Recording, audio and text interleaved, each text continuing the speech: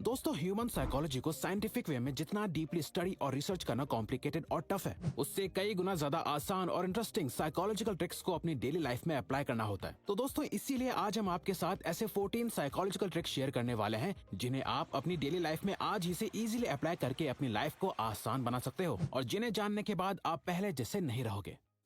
Number 1, keep quiet and hold eye contact for satisfactory answer. अगर आपने किसी से कोई सवाल पूछा और उन्होंने जो जवाब दिया वो आपको सही नहीं लगा, हो सकता है आपको लगे कि वो आपसे झूठ बोल रहे हैं या पूरी बात अच्छे से नहीं बता रहे, तो यहाँ आपको बस करना यह है कि आपको कुछ देर के लिए बिना कुछ बोले बस उनकी आंखों में देखना है, बिल्कुल साइलेंट रहते हुए, और तब तक देखना है जब तक वो सच ना बोल दें। क्योंकि जब आप किसी से आई कांटेक्ट मेंटेन करते हो तो सामने वाला इस ऑकवर्ड टेंशन को ब्रेक करने के लिए सही और रियल बातें बताने लगता है, क्योंकि उन्हें आइडिया लग जाता है कि वो आपको अपनी बातों से बेवकूफ नहीं बना सकते। आपने उन्हें पकड़ लिया है तभी आप उन्हें ऐसे देख रहे हो। अब क्योंकि हर कोई साइलेंस और सीरियसनेस में अनकंफर्टेबल फील करता है और वो कुछ भी करके इस सिचुएशन से निकलना चाहता है, इसीलिए कई बार वो आपसे ऐसी इन्फॉर्मेशन शेयर कर देते हैं जिसे वो छुपा रहे थे। Yawn to find out who is watching you.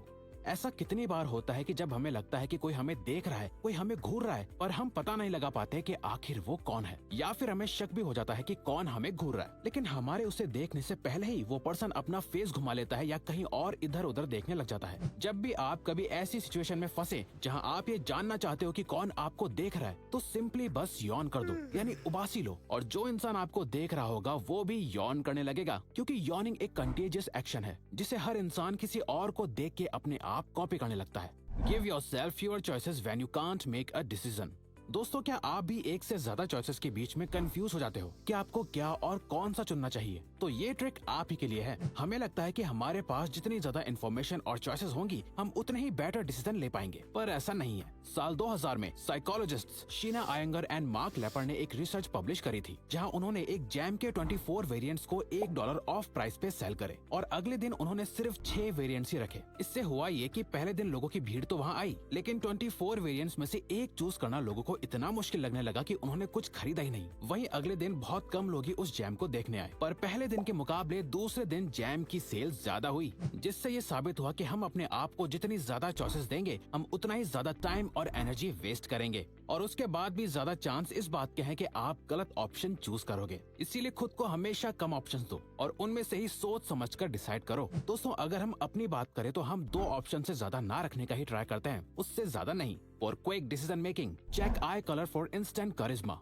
I contact किसी भी कम्युनिकेशन में बहुत ही इंपॉर्टेंट रोल प्ले करता है। अगर कोई आपसे बात करते हुए आंखें नहीं मिलाता, आई कांटेक्ट मेंटेन नहीं करता, तो उस इंसान पे आप ट्रस्ट नहीं कर पाते। आपको ऐसा लगता है कि जैसे वो आपसे कुछ छुपा रहा है या झूठ बोल रहा है। वहीं अगर कोई बहुत ज्यादा ही आपको देखता है, आपको घूरने लगता है, तो उस इंसान से आपको डर लगने लगता है या आप अनकंफर्टेबल फील करने लगते हो, और ये बिहेवियर किसी को भी पसंद नहीं होता। तो हमें कैसे पता चलेगा कि हम सही से आई कांटेक्ट मेंटेन कर रहे हैं या नहीं? वेल, इसके लिए जब भी आप किसी से मिलो तो शुरू में आपको बस सामने वाले की आंखों के कलर को नोटिस करना है कि उसकी आंखों का क्या कलर है। यहाँ असल में उसके आई कलर से हमारा कोई लेना देना नहीं है, पर जब भी आप उसकी आंखों के कलर को नोटिस कर रहे होंगे तो आप उसकी आंखों में देख रहे होंगे, जो एकदम सही आई कांटेक्ट मेंटेन करने में आपकी मदद करेगा। Make request in person.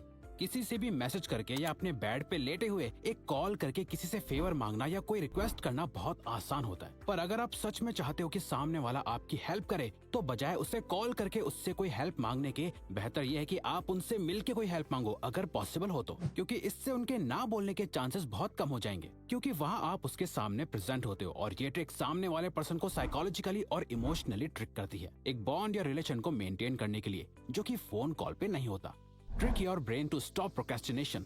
दोस्तों, कोई ऐसा काम जिसे आप कई दिनों से टाले जा रहे हो, उसे कंप्लीट नहीं कर पा रहे, तो एक रात सोने से पहले उस काम को करने के बारे में सिर्फ सोचो और अपने माइंड में पूरा प्रोसेस कंप्लीट करो कि आप उस काम को कब करोगे, कैसे करोगे, उसमें कितना टाइम जाएगा, और पहले अपने दिमाग में ही उसे कंप्लीट कर लो। इससे होगा ये कि वो काम आपके लिए आसान हो जाएगा, और जब आप उसे रियल में करने बैठोगे तो आपके दिमाग को ऑलरेडी आइडिया होगा कि इसे कैसे करना है। Chew gum to calm your nerves.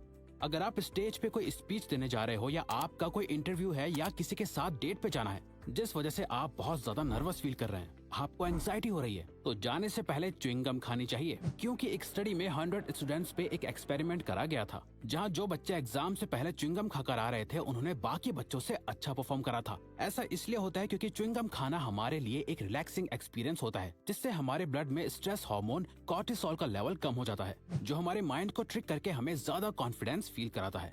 Eliminate haters by asking for a small favour. अगर आपको ऐसा लगता है कि कोई पर्सन आपको पसंद नहीं करता या आपको हेट करता है और आप इस हेट को अपनी लाइफ से निकालना चाहते हो, तो उसके लिए आप दो चीजें कर सकते हो। या तो आप उस इंसान को ही अपनी लाइफ से निकाल दो या उसके हेट को खत्म कर दो। और इसके लिए इस साइकोलॉजिकल ट्रिक का यूज करो। उस पर्सन से कोई भी छोटा सा फेवर मांगो, जैसे सिंपली एक पेन मांगना। अब अगर वो आपको बहुत ही ज्यादा हेट करता होगा तो वो आपको सीधा मना कर देगा। या अगर वो पर्सन आपको पेन देता है तो इससे वो अपने दिमाग में आपके लिए परसेप्शन को चेंज करने लगेगा। वो आपके बारे में सोचेंगे कि आप शायद इतने भी बुरे नहीं हो जितना उन्हें लगता है। तभी तो आपने उन्हें फ्रेंड समझ के उनसे हेल्प मांगी। Trick yourself into a good mood. दोस्तों, अगर कभी आप थोड़ा लो फील कर रहे हैं, आपको कुछ भी अच्छा नहीं लग रहा और आपका मूड भी खराब हो रहा हो, तो सिंपली एक स्माइल करने से आप अपने ब्रेन को ट्रिक करके ये फील कराओगे कि आप एक अच्छे मूड में हो। क्योंकि हमारी बॉडी ऐसी बनी हुई है जहाँ हमारे बॉडी के अंदर की चीजें या इमोशंस हमारी बाहर की लाइफ को अफेक्ट करते हैं। वैसे ही हम बाहर से कैसा फील करते हैं, हमारी बॉडी भी उसी हिसाब से बिहेव करती है। आप चाहो तो अभी एक स्माइल करके देखो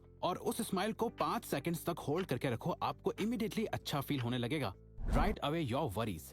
दोस्तों, हम सभी के लाइफ में कभी ना कभी कुछ ना कुछ ऐसा होता ही है जिसे हम फिर कभी भूल नहीं पाते और वो हमारे अंदर एक ट्रॉमा बन के रह जाता है। लेकिन कई साइकोलॉजिकल स्टडीज ने ये शो करा है कि अपने ट्रॉमेटिक एक्सपीरियंसेस को लिखने से आपका इमोशनल स्टेट पहले से बेटर हो जाता है। इससे आपका स्ट्रेस कम होता है और आप मेंटली हील होने लगते हो। ऐसा इसलिए होता है क्योंकि आपके साथ जो भी बुरा होता है वो आपके माइंड में हमेशा घूमता रहता है और आपको हर्ट करता रहता है। और हमारे माइंड की एक बात है, आप इसे जितना ज्यादा एक चीज को भूलने को कहोगे, इसे वही चीज उतना ज्यादा याद आएगी। इसीलिए जब आप अपने थॉट्स को लिख देते हो तो आप उसके बारे में अच्छे से सोच पाते हो और खुद को जज कर पाते हो, जिससे धीरे धीरे वो थॉट्स आपको परेशान करना बंद कर देते हैं। Remember everyone's names if you want to be popular. अगर आप लोगों के बीच पॉपुलर होना चाहते हो, आप चाहते हो कि आपके कलीग्स, आपके फ्रेंड्स और लोग आपको पसंद करें, तो अब से आप जिनसे भी मिले उनके नाम याद रखो और नेक्स्ट टाइम उन्हें उनके नाम से बुलाओ, अगर वो आपसे छोटे या आपके बराबर के हैं। क्योंकि आप सबको या अपने से बड़ों को तो उनके नाम से नहीं बुला सकते, पर नॉर्मली सोशलाइज करते वक्त लोगों को उनके नाम से बुलाना आपका एक अच्छा इंप्रेशन बिल्ड करता है। क्योंकि हर किसी को अपना नाम सुनना सबसे अच्छा लगता है और जब आप उनका नाम बोलते हो तो वो इंस्टेंटली स्पेशल फील करने लगते हैं। Count to 5 and get things done. जब भी आपका कोई काम करने का मन ना करे जो आपको करना चाहिए, तो उसे फटाफट करने के लिए अपने आप को कन्विंस करो कि आप 5 तक काउंट करोगे और उस काम को करने लग जाओगे। और बस 5, 4, 3, 2, 1 कहते ही उस काम को करना स्टार्ट कर दो। फॉर एग्जाम्पल, मान लो आपको जिम जाना है पर आपको आलस आ रहा है, 5 तक काउंट करो और उठकर अपने जिम के कपड़े पहने और निकल जाओ। दोस्तों, इसे 5 सेकंड रूल कहते हैं, जो मेल रॉबिन्स ने इन्वेंट किया था अपने माइंड को साइकोलॉजिकल वे में ट्रिक करने और प्रोक्रेस्टिनेशन को बीट करने के लिए। और वो कहती है कि जब भी हम ऐसे काउंट करते हैं तो ये काउंट करते हुए हमारा ब्रेन एक रैशनल डिसीजन लेता है, बजाय बिना कुछ सोचे समझे बस काम को टालते रहने के। ये एक सही डिसीजन लेता है और उस काम को पूरा करता है। Learn things by explaining. कोई भी चीज सीखने का या उसे याद रखने का सबसे बेस्ट तरीका है उसे किसी और को समझाओ। क्योंकि जब भी हम कोई नई चीज सीखते हैं तो हम कई सारी नई इन्फॉर्मेशन अपने ब्रेन में डालते हैं और कोई भी नई चीज को समझना हमारे ब्रेन के लिए बहुत कॉम्प्लिकेटेड होता है। वहीं जब हम इस कॉम्प्लिकेटेड चीज को किसी और को सिखाते हैं, उसे एक्सप्लेन करते हुए हम खुद चीजों को सिंपल करने लगते हैं, जिससे वो हमारी मेमोरी में और भी स्ट्रॉन्ग हो जाता है। Use colours to be more productive.